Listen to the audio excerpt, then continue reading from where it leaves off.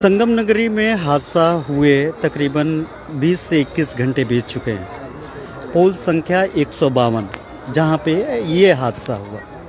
कुछ तस्वीरें हम आपको दिखाएंगे जो विचलित करने वाली है।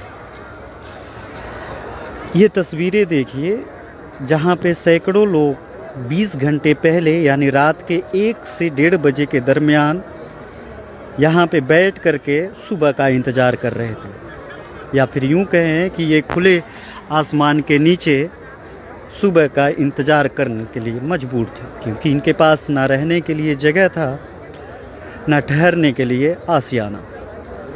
खुली आसमान के नीचे शुभ मुहूर्त का इंतज़ार कर रहे थे कि कब सुबह होगा और वह स्नान करने संगम नोच की तरफ जाएंगे।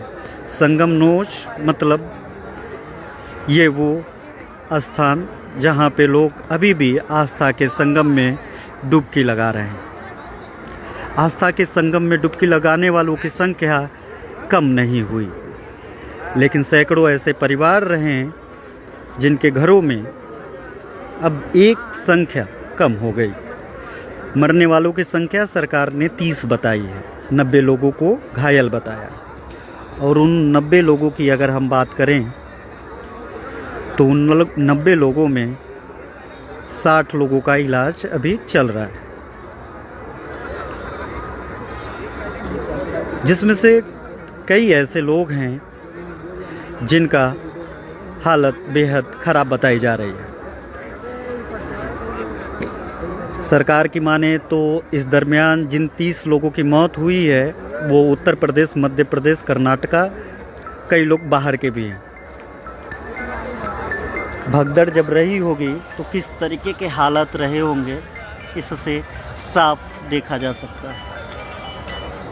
हेलो, संगम नोच पर है। यही वो संगम नोच है जहां पे रात के 1:30 बजे भगदड़ मची। मुख्यमंत्री योगी आदित्यनाथ ने 25-25 लाख रुपए का मुआवजा देने का ऐलान किया है उन लोगों को जिन लोगों के परिजनों ने यहाँ पे दम तोड़ दिया। मुख्यमंत्री योगी आदित्यनाथ जब ये ऐलान कर रहे थे तो फफक के रो रहे थे, उनके होठ कांप रहे थे, जुबान लड़खड़ा रहा था। शायद उनको इस बात का अंदेशा भी नहीं था कि उनके साथ ऐसे हालात का सामना करना पड़ेगा। उनके साथ ऐसा होगा जब उनकी जवाबदेही बढ़ जाएगी, ऐसे वक्त में जब वो भव्यता दिव्यता का ऐलान करते नहीं थक रहे हों। लेकिन इसी बीच में ये जो तस्वीरें हैं वो काफ़ी विचलित करने वाली हैं।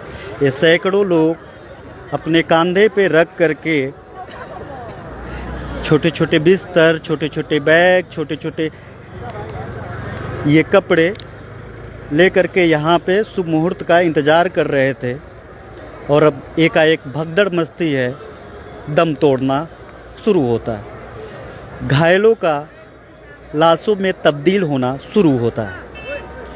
आप साफ तस्वीरों में देखिए कि ये एक तस्वीर और भी आपको दिख रही होगी जिसमें व्हील चेयर दिख रहा है। ये व्हील चेयर है, यानी चलने में असमर्थ वो लोग भी यहाँ पे थे जो लोग पैदल खुद से नहीं आ सकते थे। वो लोग आए व आस्था के संगम में डुबकी लगाने।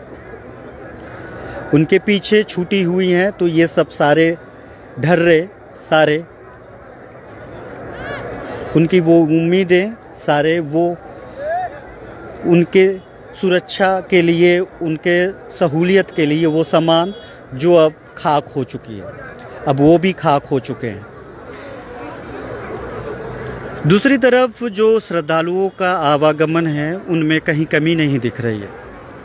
यहाँ पे लोग आ रहे हैं, आस्था के संगम में डुबकी लगा रहे हैं। ये गट्ठर बन चुके हैं। 30 परिवारों के परिजन जिनकी मौत हो चुकी है वो भी शायद गट्ठर का रूप ले चुके होंगे। तमाम ऐसे लोग हैं जिनके लोग उनके मरने के बाद उनकी लाश लेने के लिए नहीं आए, क्योंकि उनको पहचानने वाला कोई नहीं मिलेगा। ये तस्वीरें विचलित करने वाली है।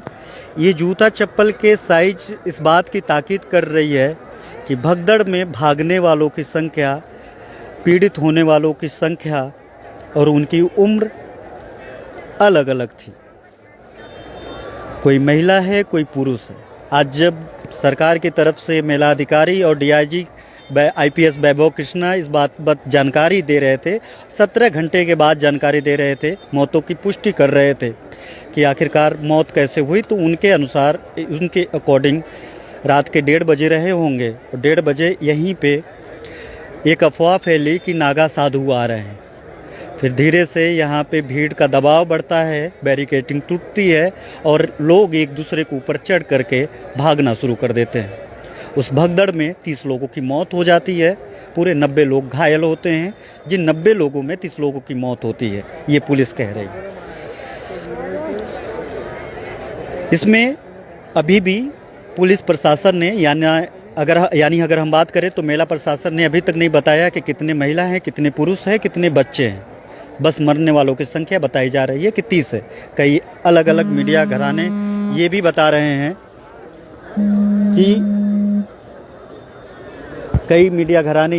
रहे हैं कि मरने वालों की संख्या 30 से कहीं ज़्यादा है।